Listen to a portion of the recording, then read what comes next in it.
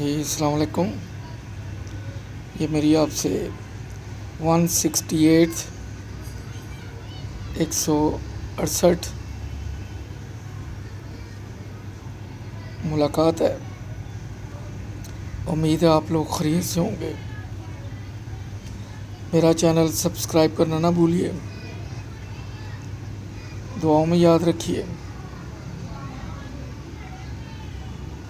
میں پرتگال سے ویزا لے کے امیگریشن لے کے سن 2000 میں پاکستان واپس پہنچ چکا تھا. یہاں بہت سے لوگوں کی زبانی سنتے تھے کہ جی یورپ میں ایسے ویزا لگ جاتا ہے, اٹلی کی امیگریشن ایسے مل جاتی ہے. کچھ ایجنٹ لوگ بھی لوگوں کو سہانے سپنے دکھاتے تھے, لیکن وہاں میں نے جو خود پروسیس دیکھا اور اس سے گزرا وہ ان ایجنٹوں کی زبانی سے بالکل مختلف تھا. یہ سادہ لوگوں کو چونا لگاتے ہیں کہ میں نے آپ کے پیپر جمع کرا دیے ہیں, بس آپ نے آنا ہے اور آپ کو ویزا مل جانا ہے. کسی کے پیپر وہاں جمع نہیں ہوتے جب تک آدمی ان پرسن وہاں پہ موجود نہ ہو. سب سے پہلے وہ ان کے پولیس ڈپارٹمنٹ میں جاتا ہے پرسنلی, وہاں اس کے انگوٹھے لگتے ہیں, بائیو میٹرک ہوتی ہے. پھر وہ ایک NOC ایشو کرتے ہیں کہ یہ کرمنل نہیں ہے, اس کی کوئی کیس ہسٹری نہیں ہے. پھر اس کے بعد وہ اس کو سٹیزن والے دفتر میں ریفر کرتے ہیں, جہاں سے اس کو ایک سٹیزن شپ نمبر ملتا ہے. پھر وہ دفتر والے جیسے ہمارے ٹیکس کا نمبر ہوتا ہے, ایک وہ نمبر الاٹ کرتے ہیں.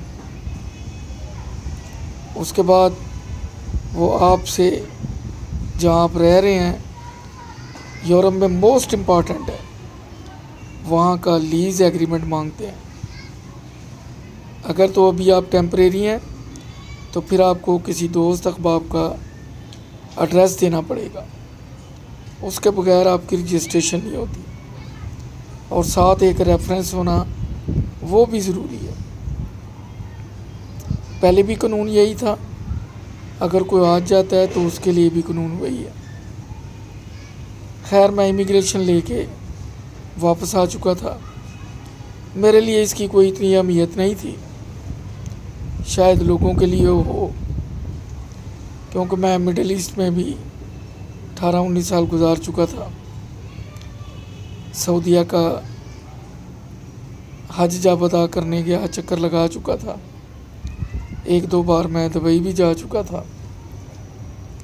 اور اب میرے بیگیج میں یورپ کا بھی ایکسپیرینس آ گیا کہ ہالینڈ سے جب فرانس موو کرتے ہیں تو بارڈر پہ کیا ہوتا ہے, جب بیلجیم آتے جاتے ہیں تو وہاں کیا مشکلیں ہیں, کیا ہو سکتا ہے, اور جب بائی ایئر جاتے ہیں شینیگن ٹو شینیگن اس کے کیا تقاضے ہیں, اور جب آپ نے ویزا اپلائی کرنا ہے تو اس کا پروسیس کیا ہے. خیر پاکستان میں آ چکا تھا. میرا خیال ہے میں کوئی 2 ماہ سے زیادہ نہیں رک سکتا تھا. اس دوران میں توقیر بھائی اور مختار بھائی یہاں پہ ریسٹورانٹ رن کر رہے تھے. میں فارغ وقت میں ریسٹورانٹ پہ چلے جاتا ٹائم کل کرنے کے لیے. ظاہر ہے میں فری تھا. باقی میں نے اس درمیان میں اپنے فائنینشیل افیئر وہ بھی مینیج کیے. جو اماؤنٹ میں فکس وغیرہ میں رکھ کے گیا تھا اس کی انکوائری کی. ایک اور دوست کی میرے پاس امانت پڑی تھی, اس کو بھی دیکھنا تھا, اس کو بھی مطلع کیا. لیکن وہ جو گریس ہوتی ہے ایک جب میں مڈل ایسٹ میں تھا، بینک جاب تھی، سیکیور جاب تھی، اب وہ والی نہیں تھی۔ اب مجھے کوئی ایسا کام کرنا تھا جو کیا کہتے ہیں ٹل ڈیتھ، کوئی ایسا کام جو میں کروں اور اسے مکمل کروں۔ لیکن اس میں اگر میں بچوں کا یورپ کا کوئی سوچتا تو وہ اس وقت 8ویں 9ویں کلاسز میں تھے، وہاں ان کو لے جانا، پھر وہاں کی تعلیم، پھر میں نے جو یورپ کا ماحول دیکھا وہ میرے مزاج کے بالکل خلاف تھا۔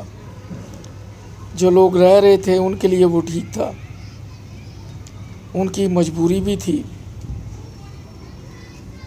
کیونکہ ان کا بٹر اینڈ بریڈ یورپ ہی تھا، ان کے پاس سیکنڈ آپشن کوئی نہیں تھی۔ پھر وہاں کی سہولتیں انسان کو اپنا غلام بنا لیتی ہیں۔ وہاں بوڑھے کو بھی الاؤنس ہے، اپاہج کو بھی الاؤنس ہے، جو بچہ پیٹ میں ہے اسے بھی الاؤنس ہے، جو پینشن پہ ہے وہ بھی گورنمنٹ کے ذمے ہے، اولڈ ایج ہاؤسز بنے ہیں وہاں بھی دیکھ بھال ہے۔ پھر وہاں آٹے چینی کا بحران نہیں ہے، بجلی کے بلوں کی جک جک نہیں ہے، آپ آزاد ہیں، آپ کی وش اینڈ ول ہے۔ اب آپ نے دیکھنا ہے کہ آپ نے مسجد میں جانا ہے یا بار میں جانا ہے، ڈسکو میں جانا ہے، یا اپنے بچوں کے ساتھ وقت گزارنا ہے۔ لیکن جو میں نے مشاہدہ کیا یورپ کا، ابھی میرا خیال ہے میں وہاں کوئی 4 مہینے 5 مہینے ٹھہرا تھا، تو جو یورپ گیا وہ گیا۔ اور ایج بہترین جانے کی وہی ہے جب آدمی سنگل ہے، لیکن اگر کوئی سنگل جاتا ہے تو شادی کرتا ہے یا شادی کر کے لے جاتا ہے تو پھر جو 20-25 سال بعد اس کے بچے بڑے ہوتے ہیں ان کے اپنے مسائل ہوتے ہیں۔ والدین تو چاہتے ہیں کہ پاکستان واپس اپنے ملک میں چلے جائیں، لیکن اب بچوں کا فیوچر، ان کی جاب، ان کی پڑھائی ایسا نہیں ہونے دیتی۔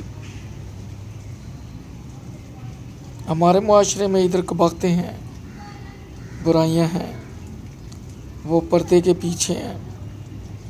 یورپ میں جو بھی ہے وہ پردے کے سامنے ہے۔ یہاں آپ بچوں کو ڈانٹ سکتے ہیں، سمجھا سکتے ہیں، وہاں آپ ایسا نہیں کر سکتے۔ اگر کسی بچے نے آپ کی کمپلینٹ کر دی تو آپ باہر ہو جائیں گے، گیم سے باہر ہو جائیں گے۔ بیوی نے کوئی شکوہ شکایت کر دیا پولیس میں تو آپ کی گھر سے چھٹی ہو جائے گی، بیوی کی نہیں ہونے لگی۔ اس طرح وہاں پہ جو لوکل ہیں، گورے ہیں، ڈچ ہیں، بچے بھی ہو جاتے ہیں، شادی رجسٹرڈ نہیں کرواتے، کیونکہ جیسے ہی شادی رجسٹرڈ ہوگی میاں بیوی کے ایکول رائٹس ہیں۔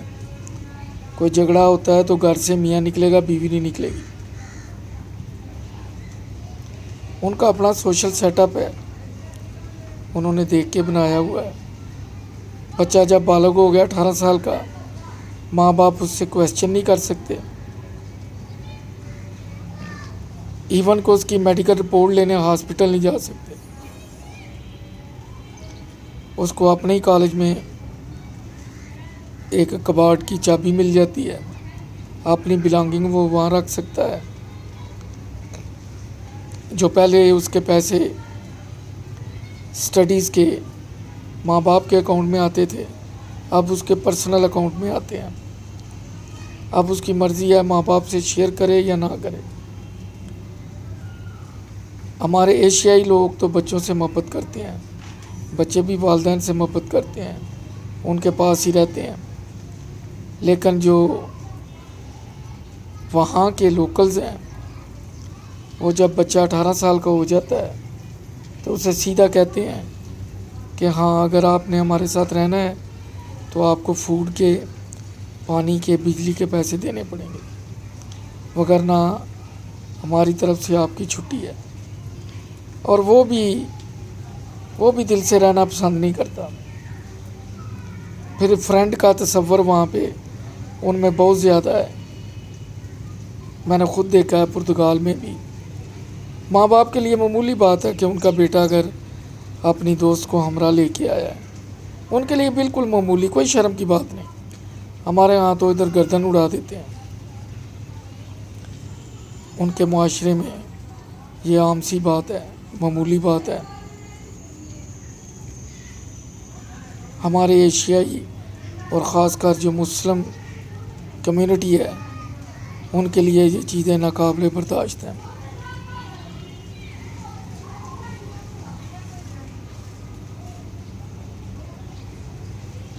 وہاں سوئمنگ کی کلاسز ہیں، باقاعدہ کو ایجوکیشن ہے، گورنمنٹ نے آپ کے ہاتھ باندھے ہوئے ہیں، بچوں کو پیسے وہ دیتے ہیں، اس لیے بچے ان کے ہیں۔ ماں باپ کو ایکسٹرا دھیان دینا پڑتا ہے بچوں کی تعلیم پر، تربیت پر۔ میں تو کہتا ہوں خوش قسمت ہیں جو بچے یورپ میں والدین کے ہمراہ رہتے ہیں۔ اگر ان میں سے کوئی کلک نہیں کرتا تو والدین بھی بدقسمت ہیں اور بچہ بھی، کیونکہ یہاں سے بچے اقبال جیسے، قائد اعظم جیسے پڑھنے کے لیے جاتے ہیں اور آ کے ملک کا نام روشن کرتے ہیں، علیحدہ ملک بنا دیتے ہیں۔ اور وہ بچے جو وہاں ماں باپ کے ساتھ رہتے ہیں ان کے لیے کتنی گولڈن اپرچونٹی ہے کہ وہ اس اپرچونٹی کو سکسیس میں کنورٹ کریں اور اپنے ملک کے لیے کچھ سوچیں، اپنے ملک کے لیے کچھ کریں، اپنے لیے کچھ کریں۔ کچھ وہاں کے لوگوں نے بھی دیکھا ہے کہ ان کو دبا کے کیسے رکھنا ہے، ان بچوں کو کتنی اپرچونٹی دینی ہے آگے بڑھنے کی۔ بس جمہوریت نام کی ہے، ہمارے ہاں پھر بھی ہے، وہاں اتنی نہیں ہے۔ جمہوریت تو ہے لیکن ہمارے طرح کی نہیں ہے، وہاں جمہوریت ہے لیکن ہاتھ باندھ کے ہے، اتنی آزادی نہیں جتنی ہم سوچتے ہیں۔ پارکنگ سے لے کے دوسرے معاملات تک آپ کو ایک نظام میں انہوں نے جکڑ کے رکھا ہے، آپ اس سے باہر نہیں نکل سکتے۔ یہ نہیں ہو سکتا کہ آپ ارب پتی ہو جائیں اور وہی کام کرنے والا آپ جیسا وہ لاکھ پتی بھی نہ ہو۔ وہاں تو 500 یورو کا نوٹ بھی جیب میں رکھنا ہے تو بینک میں لینے جائیں گے تو وجہ بتانی پڑے گی، ورنہ 500 یورو کا نوٹ اگر آپ کی جیب سے نکلتا ہے تو آپ سے سوال جواب ہو سکتا ہے۔ انہوں نے آرگنائزڈ کر کے رکھا ہے، درخت، بلیاں، کتے، ہر چیز رجسٹرڈ ہے وہاں پہ۔ مادر پتر آزاد کوئی چیز نہیں ہے۔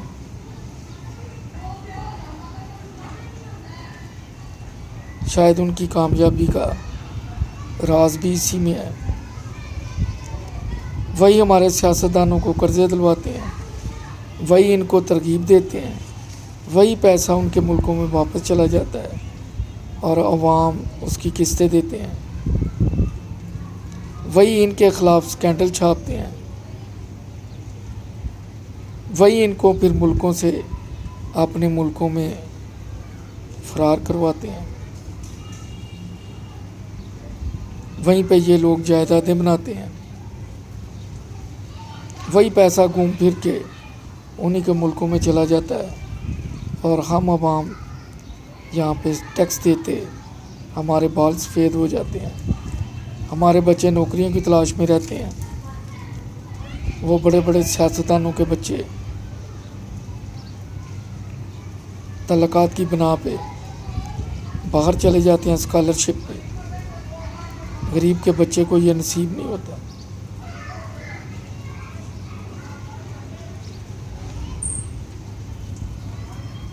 یہ پہلے وہ خود یہاں پہ حکومت کرتے تھے 1947 سے پہلے. اب انہوں نے اپنے خاص آدمی چن لیے ہیں. جو عوام میں مقبول ہوتا ہے اس کی چھٹی ہو جاتی ہے. جو ان کا مقبول ہوتا ہے وہ مقبول عام رہتا ہے. تو 2000 میں جو حالات تھے وہ آج سے بالکل مختلف ہیں. میرا چینل سبسکرائب کیجیے. اگلے ایپیسوڈ میں پھر بات ہوگی. اپنا خیال رکھیے. میرا کوئی جملہ کوئی بات بری لگے تو معذرت چاہوں گا. میں نے وہاں کی جو اپنی آنکھ سے دیکھی ہے وہ تصویر پیش کی ہے. کسی اور کے خیالات مجھ سے مختلف ہو سکتے ہیں، سوچ مختلف ہو سکتی ہے.